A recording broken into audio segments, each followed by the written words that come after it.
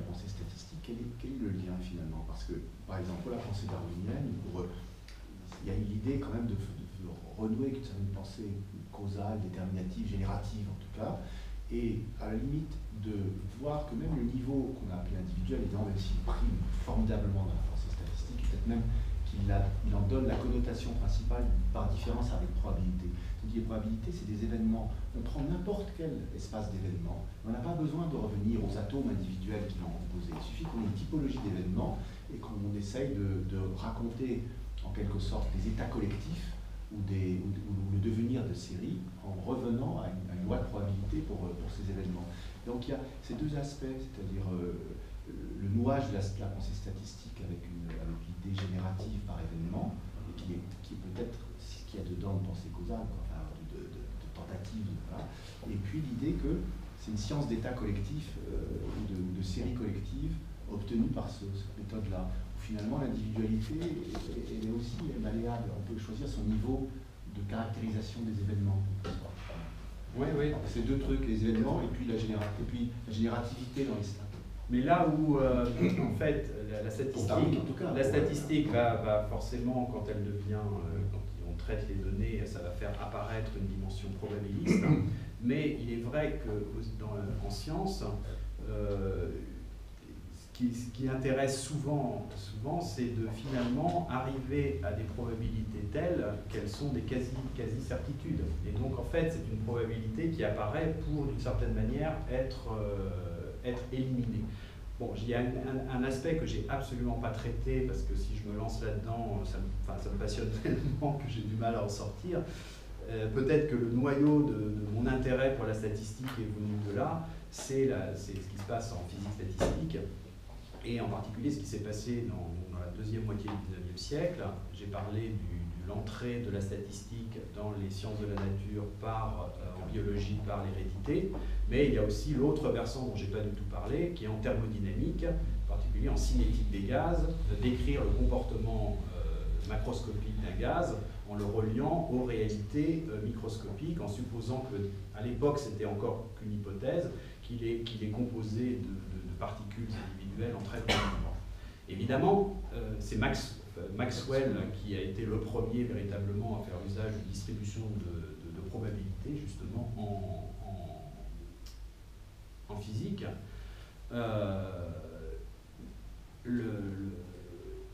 C'est Boltzmann qui... Oui, non, mais c'est d'abord, enfin, c'est vraiment Maxwell dans les années 1850 qui fait qui a introduit le premier la notion de distribution de probabilité. Il dit qu'il avait été très impressionné justement par les résultats de Ketley qui montraient que quand on faisait des mesures, alors c'était en Écosse, il y avait les registres, on enregistrait les mensurations des conscrits, et quand on prenait la taille, le poids, etc., on obtenait des belles courbes de Gauss. Et il disait, ce qui marche sur 5000 bonshommes ou 10 000, quand on a 10 puissance 23 particules identiques, ça devrait quand même, là, la statistique, ça devrait donner des sacrés résultats. Et en fait, tu vois, c'est qu'il introduit une distribution de probabilité des vitesses. Voilà. Mais à partir de des distributions de probabilité, il va obtenir des résultats, alors, qui ne sont certes que probables, mais en fait qui sont d'une fiabilité extraordinaire, précisément parce qu'il y a 10 puissance 23, il y a 10 puissance 23 particules. On n'avait pas tout à fait évalué encore le nombre à l'époque. Enfin, en gros, on avait à peu près l'ordre de grandeur. Et c'est là qu'arrive Boltzmann. Cette chose extraordinaire, parce que si on dit que le gaz est composé de particules qui sont régies par les lois de la mécanique, les lois de la mécanique sont réversibles en temps. C'est identique si on change T en moins T. Et puis, à l'échelle macroscopique, quand on met un morceau de sucre dans un verre, il se dissout, on ne voit jamais dans un verre d'eau sucrée un sucre qui se reconstitue. Bon, quand on prend de l'eau chaude et de l'eau froide, on les mélange, ça fait de l'eau tiède, on ne voit jamais un verre d'eau tiède, tout d'un coup, une partie qui devient chaude et l'autre qui devient froide. Alors, comment ça se fait qu'on a des particules qui sont, elles, régies par des équations pour lesquelles le passé et l'avenir est absolument symétrique, et en revanche, au niveau macroscopique, il y a des processus qui se produisent toujours dans un sens et jamais dans l'autre. Et ça, c'est le génie de Boltzmann d'avoir résolu cette question-là sur un argument purement statistique. Et en fait, la manière que j'ai de comprendre, si vous voulez, c'est ça, c'est que si on voulait suivre chacune des particules, bon, il y en a tellement, 10 puissance 23 ou 24, enfin bon, c'est tellement énorme qu'on ne peut pas. En fait, nous, ce qu'on observe, c'est simplement des états macroscopiques. Mais en fait, pour chaque des états macroscopiques, il n'y en a pas beaucoup par rapport au nombre absolument monstrueux d'états microscopiques où on tient compte de chacune des positions des particules. Par exemple, si on échange deux particules, l'état macroscopique est le même, mais microscopiquement, ce n'est pas le même. Bon. Donc, et en fait, ce que fait Boltzmann, c'est qu'il se rend compte qu'à chaque état macroscopique correspond un certain nombre d'états microscopiques. Mais il se rend compte qu'à certains états macroscopiques correspond un nombre énorme d'états microscopiques, alors qu'en revanche, pour d'autres, il y en a relativement beaucoup moins. Et donc, en fait, en probabilité, c'est l'état macroscopique qui a le maximum d'états microscopiques sous-jacents qui va se réaliser. Et ça n'est vrai qu'en probabilité. Ce qu'il y a, c'est que la probabilité, c'est 0,9999999, etc. Donc, en fait, pratiquement, c'est 1. Si vous voulez, pour le comprendre, c'est un truc très simple. Prenez des pièces de monnaie. Vous lancez, vous prenez des piles ou face. Bon, vous faites des piles ou face. Alors, si vous lancez, je ne sais pas, 10 000 fois la pièce à pile ou face, et vous enregistrez à chaque fois le nombre le résultat. Bon, voilà. Donc, si vous avez, vous lancez 10 000 fois, vous avez 10 000 résultats. Mais en revanche, ce que vous pouvez faire, c'est simplement vous intéresser au nombre de piles ou au nombre de faces. Vous voyez? Et en fait, là, combien vous avez d'états possibles si vous enregistrez à chaque fois le pile ou face? Si vous faites lancer 10 000 fois, vous avez 2 puissance 10 000 configurations possibles. 2 puissance 10 000, enfin bon, c'est monstrueux, quoi. Vous savez que le truc classique, hein, c'est sur un échiquier, si on met un grain de blé, puis 2 grains de blé, puis 4, puis 6, etc. En fait, toute la production mondiale n'arrive pas à faire 2 puissance 64. Bon, 2 puissance 1000, enfin, c'est un truc absolument gigantesque. En revanche, combien vous avez d'états macroscopiques possibles si vous vous intéressez qu'au nombre de piles ou de faces? Vous en avez 10 000. Il y a 10 000, bon, bah voilà, c'est pas parce que vous en avez soit 0, soit 1, soit 2, soit 10 000. Et en fait, ce qui se passe, c'est que si vous prenez le nombre 5000 piles, 5000 faces, en fait, vous allez avoir énormément de cas possibles qui vont donner 5000, parce que vous pouvez avoir, par exemple, sur les premiers lancers, vous avez 5000 piles, puis après 5000 faces, bah, ça vous donne 5000. Mais en fait, vous pouvez les distribuer comme vous voulez, donc vous en avez énormément. Par contre, si vous voulez avoir qu'un seul pile ou un seul face, si vous voulez en avoir 0, il n'y a qu'un cas qui correspond. Si vous en avez 1, il va y en avoir 10 000, etc. Et en fait, si vous regardez le nombre de cas, si vous prenez la courbe qui vous dit le nombre de cas qui correspond au nombre total de piles, donc qui va de 0 à 10 000, ben en fait, vous allez avoir une courbe qui monte comme ça, qui va avoir un pic énorme, et plus vous aurez, si je prends à la place de 10 000, je prends 100 000, 1 million, etc., plus en fait le pic sera voilà, par rapport au reste. Et ce qui fait que quand on a 10 puissance 23, ben en fait on est sûr d'être dans le pic. Voilà, et c'est purement de la probabilité, mais c'est de la probabilité qui est tellement forte que en fait c'est toujours comme ça que c'est toujours cela que l'on observe. Et le second principe de la thermodynamique qui dit que l'entropie croît, en fait il est vrai qu'en probabilité, mais c'est une probabilité qui est tellement semblable à 1 qu'on peut en avoir totalement confiance. Maxwell disait le théorème, enfin le second principe de la thermodynamique, il a la même validité que si vous prenez un verre d'eau dans la mer et que vous rejetez le verre d'eau dans la mer, si vous prenez avec le verre d'eau, pour que le principe de l'entropie, le second principe ne soit pas vérifié, il faudrait que vous réussissiez à reprendre exactement les mêmes molécules d'eau la deuxième fois que la première. Voilà, on voit bien que pratiquement ça ne marchera jamais, quoi. Donc, du coup, Mais là, en l'occurrence, je trouve que c'est une performance absolument géniale que d'avoir réussi à faire le lien entre la réversibilité au niveau élémentaire et l'irréversibilité au niveau macroscopique sur des bases purement statistiques. Mais là, en l'occurrence, ça introduit des probabilités, mais en fait pour les évacuer. Puisque la probabilité...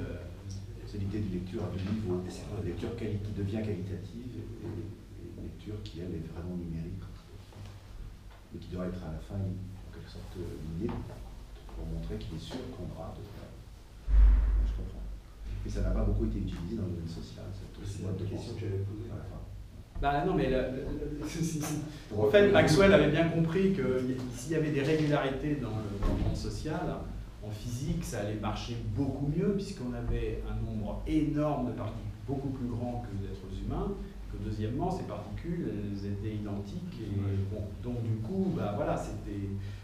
et donc, en fait, effectivement, il y a énormément de régularités qu'on peut trouver en physique qui n'existent pas dans le monde. J'aurais deux questions. Oui, vas-y, Michel. Oui, deux questions. Merci pour cet exposé très intéressant, en particulier le fait d'insister sur les statistiques sont nées dans les sciences entre guillemets sociales et qu'elles ont migré peu à peu vers les sciences de la nature. Donc ça, je trouve que c'est très convaincant. Par contre, je suis moins convaincu sur une des thèses qui est l'analyse socio-historique des sociétés et l'émergence des statistiques et ce lien causal.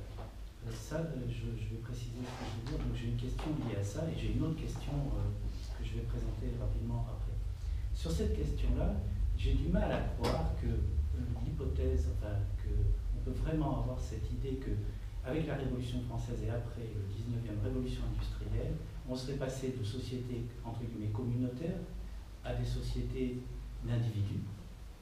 C'est évidemment une thèse sociologique défendue, qui a été défendue, et une thèse idéologique qui a été fortement défendue.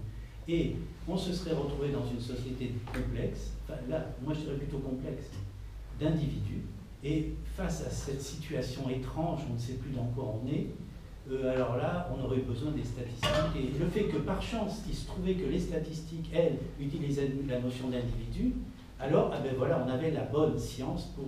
Je crois que ça existait de la part de certains idéologues et de la part de certains proto-scientifiques qui voulaient constituer les sciences sociales, et ça a été effectivement un courant des sciences sociales. Mais je pense que c'est très important de dire que ce n'est qu'une possibilité, parce que sinon, c'est comme ça qu'on justifie l'individualisme méthodologique en sociologie. L'individualisme méthodologique, c'est très simple, il dit, mais bien sûr que la notion de société n'existe pas, tout ce qu'on a, c'est des individus, des agrégats d'individus, donc la théorie de l'individualisme sociologique est justifiée par ce qu'est la société. Et évidemment, c'est ce tour de passe-passe que tout sociologue, tout anthropologue qui n'est pas boudonien refuse. Donc je pense que là, pour moi, ce lien causal n'est pas clair. Je trouve qu'il faudrait complexifier l'analyse. J'arrive pas à y croire vraiment. Donc ça, c'est ma première question. Ma deuxième question, elle est plus liée aux sciences sociales. Parce que, au fond, ma question, ça serait, mais pourquoi, en définitive, les sciences sociales, pendant longtemps, alors c'est en train d'évoluer, ça a évolué très fortement, mais au fond, les sciences sociales ont marginalisé globalement les statistiques. Si on prend l'économie, qu'est-ce qui a dominé tout le 19e? La théorie de l'équilibre général, Pareto, Walras, ne parlons pas de la théorie marxiste. C'est pas une théorie qui s'appuie sur la statistique. La statistique est, comme on disait toujours, par exemple pour ceux qui, comme moi, ont fait de l'économie, on faisait de l'économie, et au bout de la troisième année, on faisait les TD de statistiques et de proba, parce qu'on faisait de l'économétrie, qui était notre discipline auxiliaire. C'était les beaux modèles, c'était les modèles mathématiques que l'on faisait, c'était pas l'économétrie. Pareil en sociologie, peu à peu, la sociologie a pris conscience de l'importance des statistiques. Bourdieu, par exemple, allait à l'INSEE et disait « développez vos outils statistiques, parce qu'on en a besoin ». Mais la science sociologique ne s'est pas constituée autour des statistiques. L'histoire, c'est la même chose. Ce n'est que dans la période... Donc j'aurais tendance à dire que ça a été vers... Les sciences sociales, peu à peu, enfin, les sciences sociales se sont éloignées de cette masse d'accumulation de données, c'est-à-dire pour se créer, se fonder conceptuellement, empiriquement, etc., elles se sont éloignées de cette accumulation de chiffres que vous avez très bien montré au 19e, il y a Quetelet, tout ça, et, voilà. Et il faut fonder des sciences sociales, et elles se fondent d'une certaine façon contre les statistiques. Peu à peu, elles vont les retrouver. Alors que, je suis d'accord, il y a le mouvement inverse, par contre, les sciences de la nature, elles, de plus en plus, les statistiques rentrent et occupent une place fondamentale. Donc, c'est deux mouvements qui ne vont pas, je dirais, dans le même sens.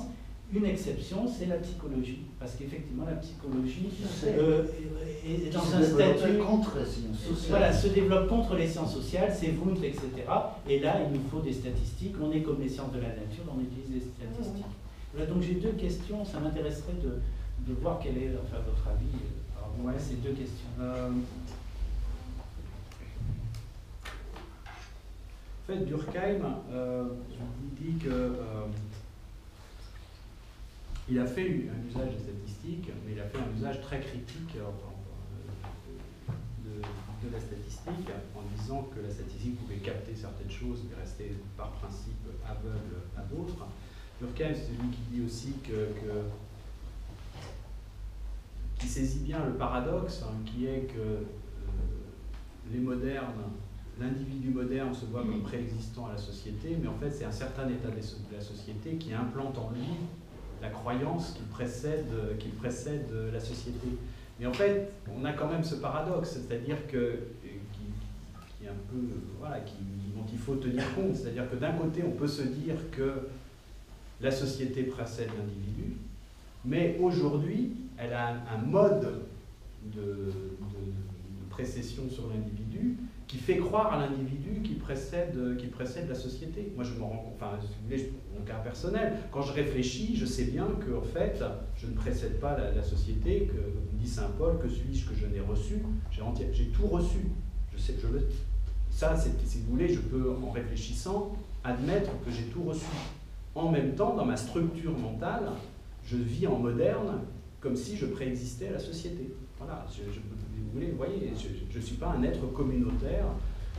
Il y a une chose par laquelle j'illustre habituellement la chose, c'est la question du mariage.